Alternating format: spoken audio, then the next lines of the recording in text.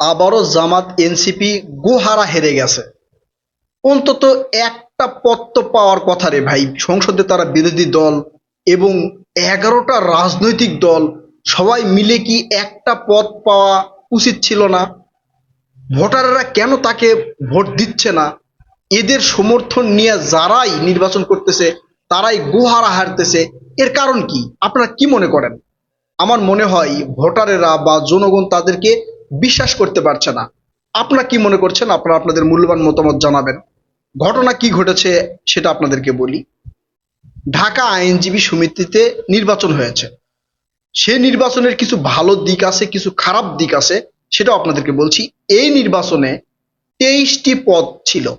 23টি পদে নির্বাচন হয়েছে।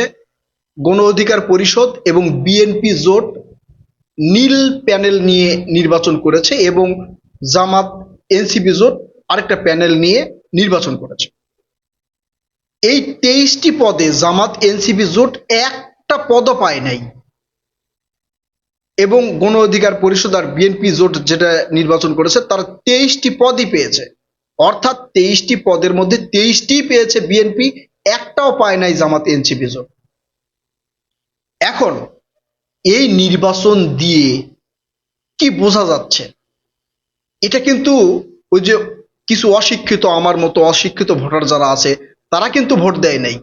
এই জায়গায় ভোট দিয়েছে আইনজীবীরা, যারা সর্বোচ্চ জ্ঞানী বলে আমরা মনে করি, আইন বিষয়ে সবচেয়ে ভালো জানেন।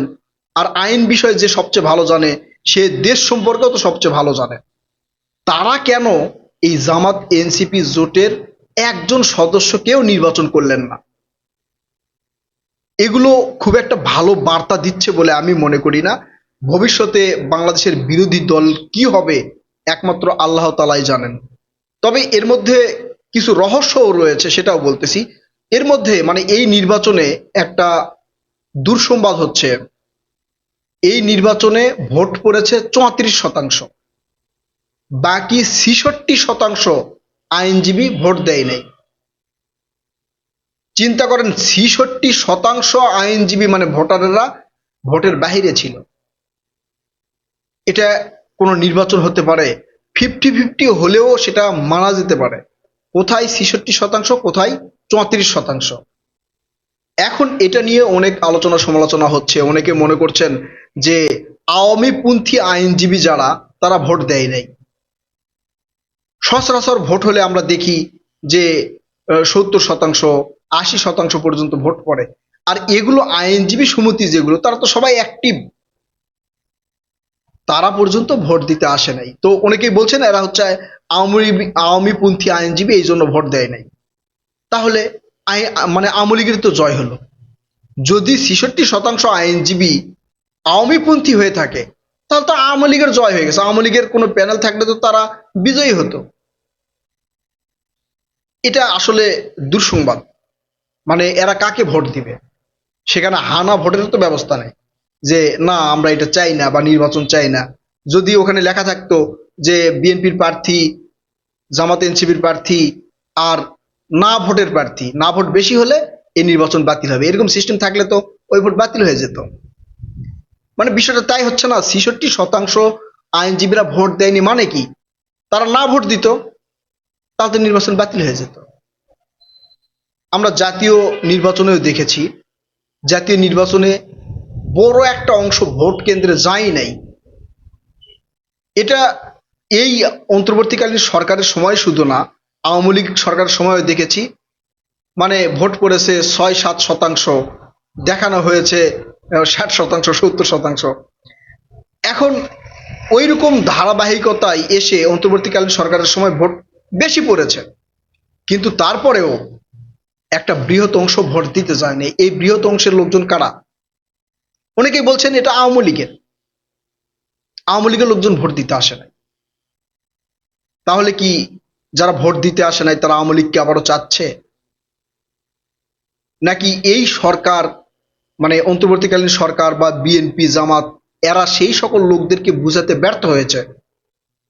এটা রাজনৈতিক দলগুলোর ব্যর্থতা বলে আমি মনে করি।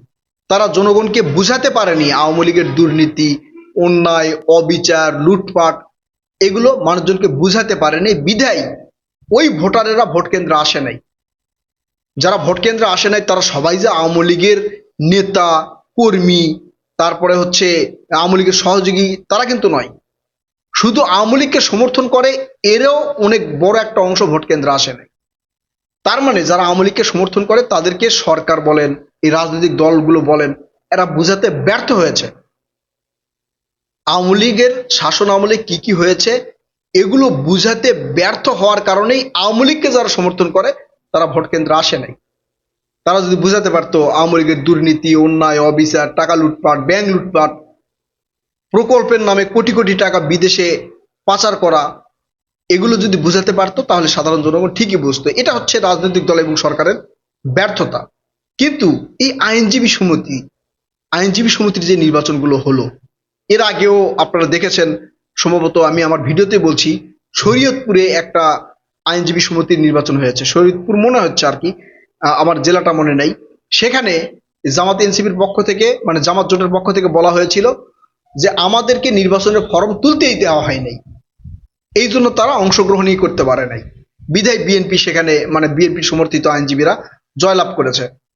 এখন ঢাকা আইনজীবী সমিতিতে সেই ঘটনা ঘটে নেই, তাহলে এখানে কেন তারা হেরে গেলেন? এখানে কেন আইনজীবীরা তাদেরকে ভোট দিলেন না? ভোট একদমই পায়নি তা কিন্তু না, ভোট পেয়েছে। বিএনপির মানে সভাপতি প্রার্থী তিনি ৪,৪৬৮ ভোট পেয়েছে। অপরদিকে জামাতের যে সভাপতি প্রার্থী ছিলেন সেও প্রায় ২,১০০-র উপরে ভোট পেয়েছে, কিন্তু একটা পদেও তারা জয়লাভ করতে পারেনি। তো এইরকম শিক্ষিত একটা জায়গায়, সবাই শিক্ষিত, সবগুলো ভোটাররা শিক্ষিত, সবগুলো ভোটারেরা জ্ঞানী, সেই জায়গায় জামাত এনসিপির এই অবস্থা। তাহলে জাতীয় যে নির্বাচন হয়েছে সেই নির্বাচনে কি তারা আসলেই এই ৬৮টা সিট বা তাদের দল মিলে ৭৬-৭৭টা সিট পেয়েছে, আসলে কি ভোটের মাধ্যমে পেয়েছে, নাকি এর মধ্যে কিছু এদিক সেদিক ছিল বা পরিকল্পনা বা ইঞ্জিনিয়ারিং ছিল?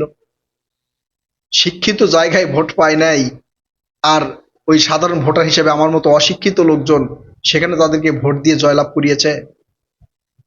যাই হোক, আপনারা এখন চিন্তা ভাবনা করেন। এখন এর মধ্যে দুঃখের সংবাদ এটাই, জাতীয় নির্বাচনেও দেখেছি বড় একটা অংশ ভোট দিতে আসে নাই। আবার এই আইনজীবী সমিতি, সেখানেও দেখতেছি বড় একটা অংশ ভোট দিচ্ছে না। তাহলে এরা কাকে চাচ্ছে? এদেরকে কেন সরকার বলেন, বিরোধী দল বলেন বা রাজনৈতিক যে কোনো দল বলেন, এদেরকে কেন বুঝাতে ব্যর্থ হচ্ছে? তার মানে আওয়ামী লীগ যদি সারা জীবন না আসে, এরা কি সারা জীবন ভোট দিবে না? এরকম কিছু কি আমরা ভবিষ্যতে দেখতে যাচ্ছি? এখন আপনারাই একটু বিচার বিশ্লেষণ করেন, এরা কি আওয়ামী লীগ সমর্থিত, না ইচ্ছা করেই ভোট কেন্দ্রে যাচ্ছে না? আপনারা কি মনে করছেন? আপনারা আপনাদের মূল্যবান মতামত কমেন্ট করে জানাবেন। কথা হবে নতুন কোনো ভিডিওতে ইনশাল্লাহ। ততক্ষণ পর্যন্ত ভালো থাকবেন। আল্লাহ হাফেজ।